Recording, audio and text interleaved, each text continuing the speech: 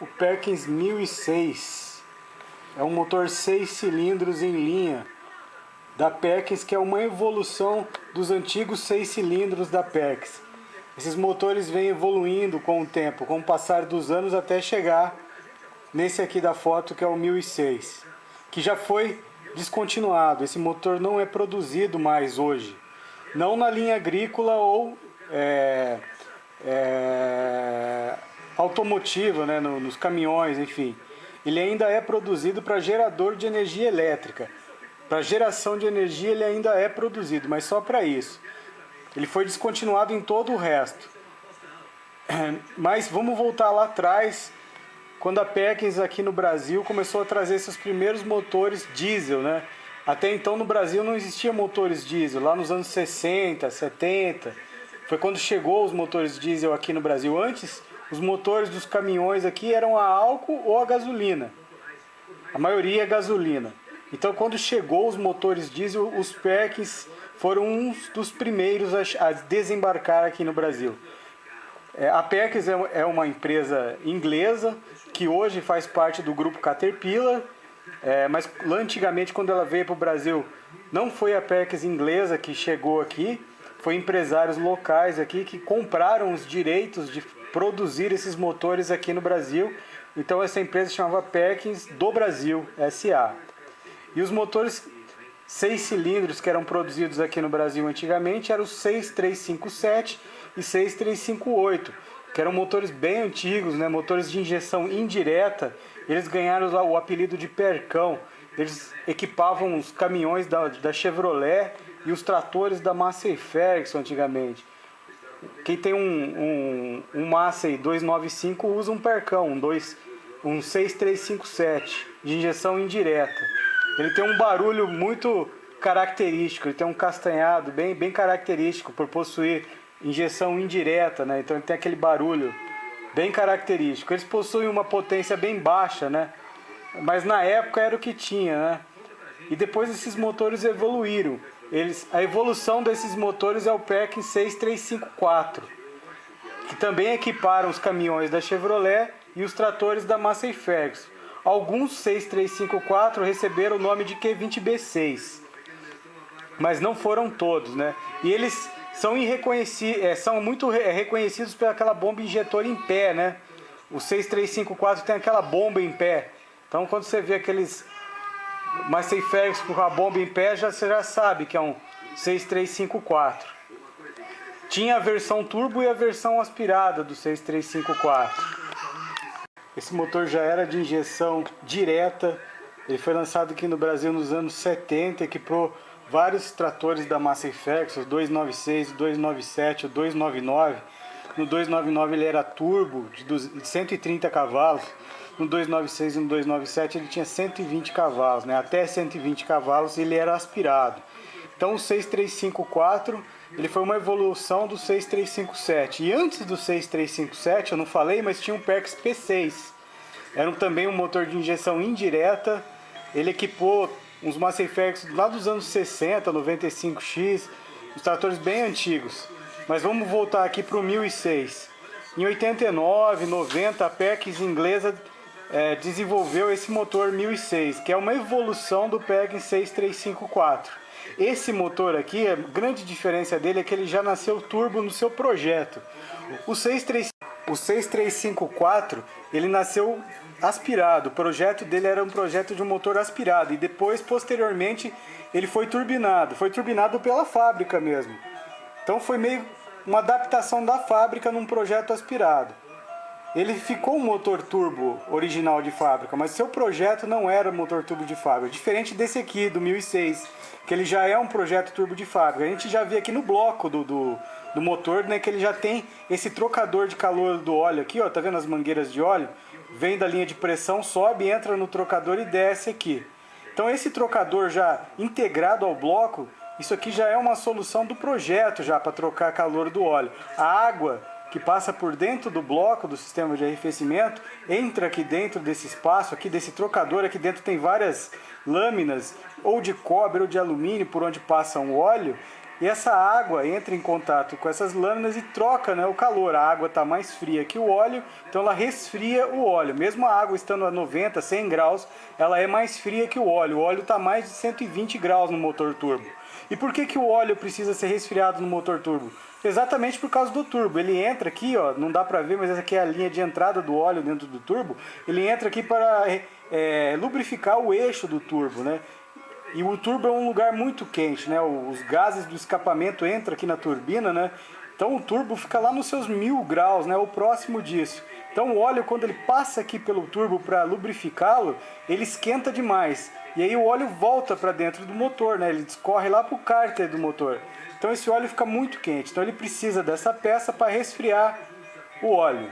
Então no motor turbo já de projeto, ele tem esse buraco aqui no bloco, tipo de um buraco, onde é colocado essa peça para trocar calor. Um motor, quando ele não é um projeto turbo, já de projeto, essa peça é externa. No 6354 turbo, o trocador de calor ficava antes do filtro de óleo, era uma peça externa antes do filtro de óleo. Então ela ficava fora do bloco do motor. Então essa é uma diferença do 6354 turbo para um 1006 turbo. É esse trocador de calor. Lá dentro é tudo reforçado para o motor turbo, tem jet coolers, os pistões por baixo do pistão, né, da cabeça do pistão. Os perks eles são muito parecidos, né, mesmo tendo essas evoluções. Eles são duas válvulas por cilindros, varetados. Essa lateral aqui do cabeçote é sempre igual entre eles, aqui onde é colocado os porta-injetores, né, os injetores. As bombas injetoras desses motores agrícolas, elas são bem simples, né? Bombas rotativas VE, bem simplesinhas, né? Não tem nada de especial nas bombas injetoras desses motores. Como é um motor agrícola, eles não precisam daquela válvula LDA para controlar as emissões de fumaça.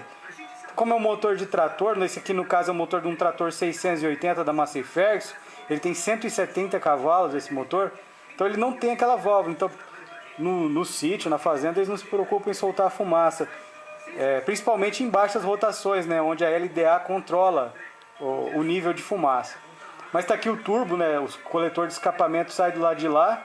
É um turbo que fica aqui em cima porque é um motor de trator, né, ele fica embutido lá em cima do trator, escondido debaixo da carenagem para não pegar água de chuva. Tá aqui a parte da turbina, a parte do compressor.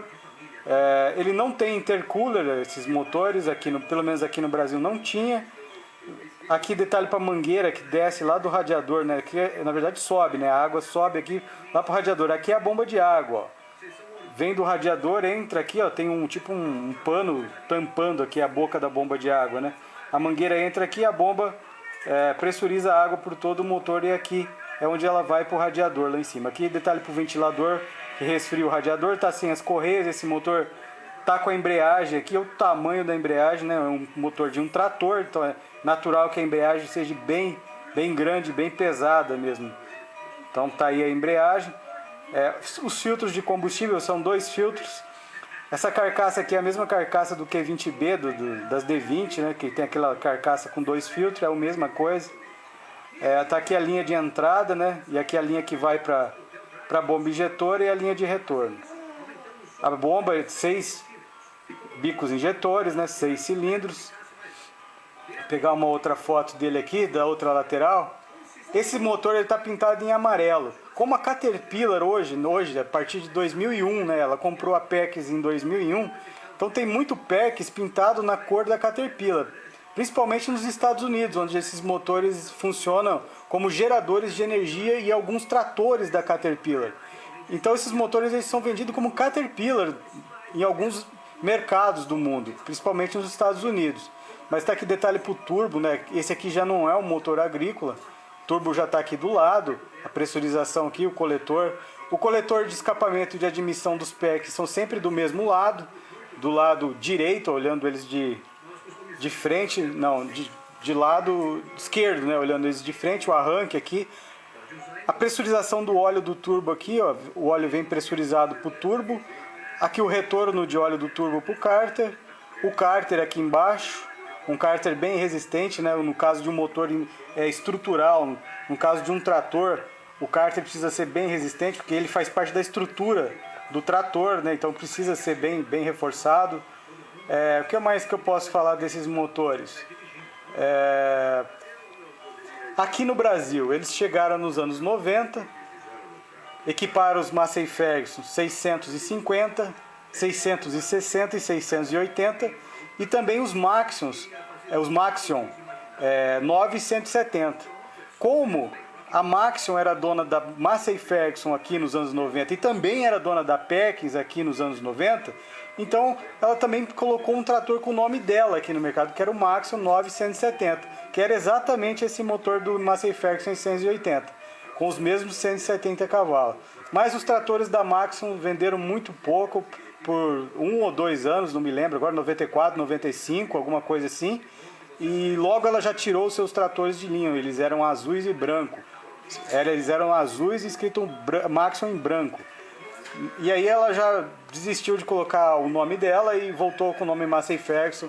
E ela continuou com o nome Massey Ferguson até os anos 2000, por aí, quando ela vendeu e saiu do ramo. Vendeu tanto a Massey Ferguson quanto a Perkins. Então, aí a Perkins, quem comprou a Perkins da Maxion foi a Internacional, que na época ainda era somente Internacional. Depois a MWM, a Internacional também comprou a MWM, virou a MWM Internacional. Então hoje esses motores estão na mão da MWM Internacional. Eles também são vendidos até hoje aqui no Brasil como motores geradores de energia. Somente em gerador de energia esse motor é vendido hoje. E aqui no Brasil é vendido pela MWM Internacional. Tem muita gente chamando esses motores de MWM aqui no Brasil. Mas não é porque a MWM Internacional vende esses motores que ele é um MWM. Não, ele é um Perkins mesmo. Sempre foi um Perkins. Então tá aí, né? Eu gosto muito desses motores, eles são 6.0, né? 6.0. São motores bem confiáveis, né? Robustos. Eles gastam pouco diesel, eles são baratos de fazer uma retífica, né? Se comparado com a concorrência. Se comparar, por exemplo, com um MWM 229, um MWM X10, é muito mais caro você fazer eles do que um Perkins. Aí você pode falar, mas o MWM dura muito mais. Ah, não interessa, mas eles são mais baratos de dar manutenção. Qualquer um sabe mexer, motores bem simples, mecânicos, né? Com uso de bomba injetora, nada eletrônico. Então tá aí. Tudo que eu podia falar sobre esse motor, que eu sei sobre esses motores, é isso, né? Quem sucedeu eles, né, foi a linha Perkins 1106, são 6.6 litros agora. Aqui no Brasil eles são fabricados em Curitiba, esses novos 1106, e equipam tratores da Massey Ferguson também. A Perkins e a Massey Ferguson sempre tiveram essa parceria, né? Apesar de que hoje a Massey Ferguson tem sua fábrica própria de motores, né?